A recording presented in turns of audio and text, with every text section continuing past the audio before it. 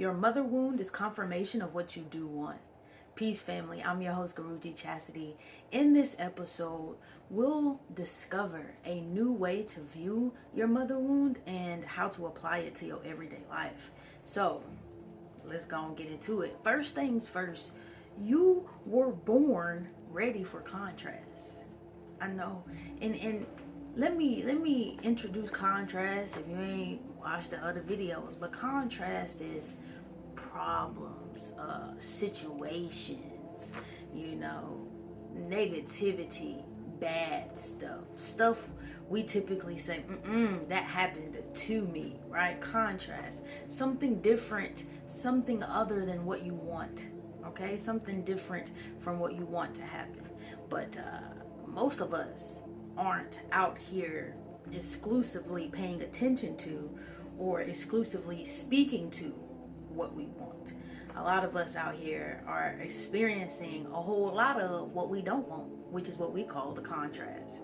So when I say you was born ready for contrast, that means you was born ready for contrast. Stop huffing and puffing. Stop. Every time you on your journey and you feeling good and one little hiccup come, oh my God, I'm off my journey. This must be going wrong. I need to find a way to get my act together and reset and realign myself. Bro, stop. Stop doing that. Okay? Stop doing that. Okay, so now that we know you were born ready to handle that contrast, nobody, look, I'm gonna say this, but nobody has said that you was ready to receive it or perceive it from the first person you met on earth, i.e. your mom. So I gotta give you that one, cousin. While I'm explaining that you was ready for it, but you like, hey bruh, hey sis, yeah, I get that, yeah, I was born with all the tools, but ain't nobody prepared me for that. Ain't nobody prepared me to feel like I'm at war at home. Ain't nobody prepared me for feeling like I'm unsafe with my mama. Did nobody prepare me with that? Did nobody prepare me for that? And I'm going to say, I get it, cousin, you're right. So I got to say it first, okay? I got to say it first. That's true. That's true, right?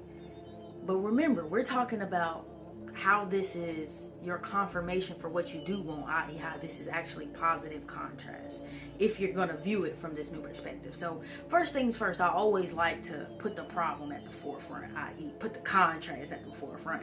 And the contrast is, ain't nobody prepares for this type of work. This heavy heart work, if you out here moving through and healing through your mother wound, that's heavy work. So kudos to you, family. Kudos to you. Because you ain't out here simping on life. You out here trying to get to the nitty gritty of who you are, why you do things, and you have a devotion. You have a devotion for coming into oneness. You have a devotion for being whole. You have a devotion for loving yourself beyond bounds, right? And so with that being said, I got that same devotion. And so I want to show you some things that I had found out. So look, now that we know what the contrast is, being that no one really prepared us to get down with the get down like this. But now that we are here, let's talk about how this could show up, like what this actually looks like, right? And so what contrast is actually meant for, right? Whether it's a mother wound, it's money, it's work, it's another family member, it's a romantic relationship, whatever the case may be, whatever contrast is showing up for you, the purpose of the contrast is to help you move closer toward what you want, right? But the reason why this don't always move us like this is because we're so focused on the contrast and we're so upset about the contrast. And normally we're upset at the person, place, or thing, and we get so fixated on the actual physical experience of it that we don't get the chance to get the lesson. So one of my favorite sayings is attach to the lesson, not the person, not the place, not the thing, but attached to the lesson. Because when you get attached to the person, place, or thing, you kind of get locked in that moment and you start making decisions from that locked in space and not from the infinite potential of who you are to grow from that moment, to learn from that moment. You see what I'm saying, cousin? That's really important. So boom, we got the contrast, which is, this is a deep-seated wound, right? This is a deep-seated feeling that we're trying to get to the root of, right? No matter the external circumstances. No matter if your mama ever say, you know what, I'm sorry, I get it, or if she say, leave me alone. You know what I'm saying? No matter the external circumstances, how can you get to the root cause and feel good right now?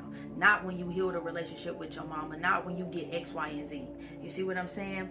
And so you got to know what the contrast is, and then you got to know the purpose of the contrast. Once you realize that the purpose of the contrast is to show you what you actually do want, then you can move towards it. But you can't get fixated on the contrast. So the contrast is to show you what you don't want, therefore you can move toward what you do want. So once you realize, like, hey, I ain't really like that didn't feel good, start talking to yourself about why that didn't feel good. Don't worry about trying to all the time go and talk to the other person and explain it to them, or see it in the inside and don't, and then be passive aggressive. That's what I was doing, right? I spent a lot of my younger years eating how I felt, i.e. I was overweight, instead of speaking or feeling, you know what I'm saying, or creating from how I felt. I just kind of got myself all wadded up.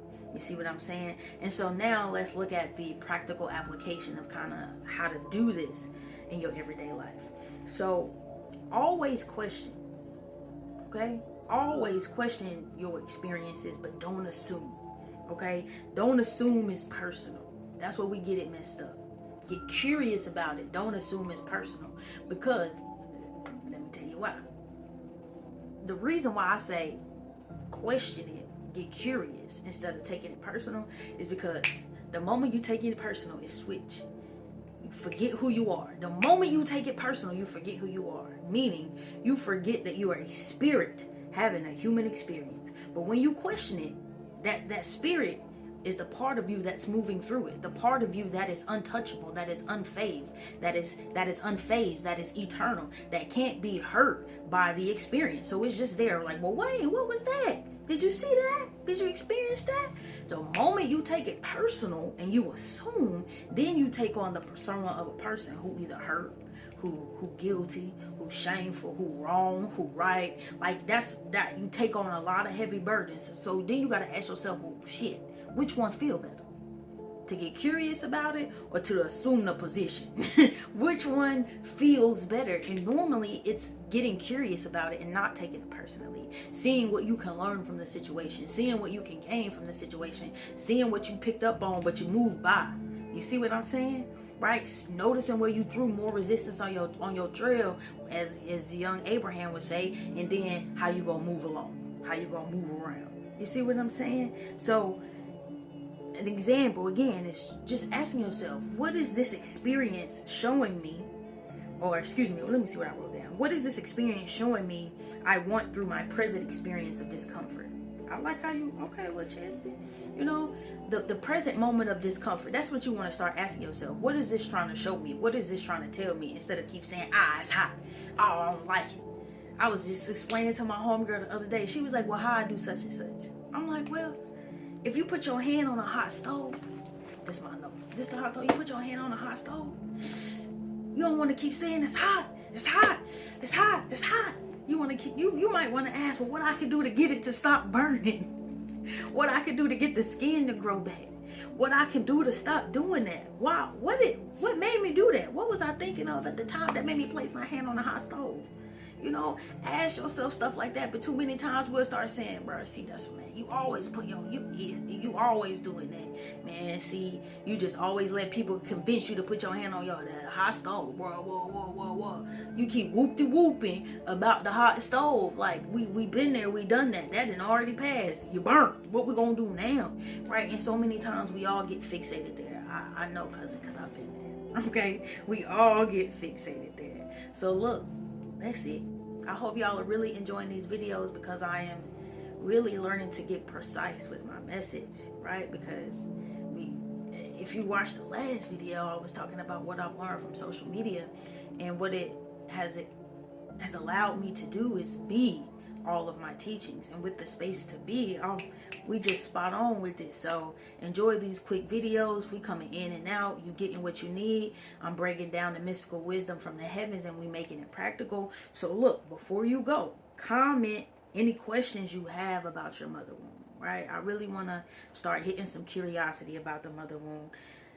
And, right, when you drop your question, and before you drop your question, either or, hit the description, right? Because I'm going to start sharing, particularly in this video, blog posts that I've written about the mother wound that really, really, really provide some clear internal spiritual contrast and what to do with it in your everyday life and how to move around and make some shake from it. Because I know it's deep out here. My mother won't hurt, right? And so that's why I do this work. And so I know it might be uncomfortable for you, which is how you got to this video in the first place, right? So I hope this helps. Until next time, I love you.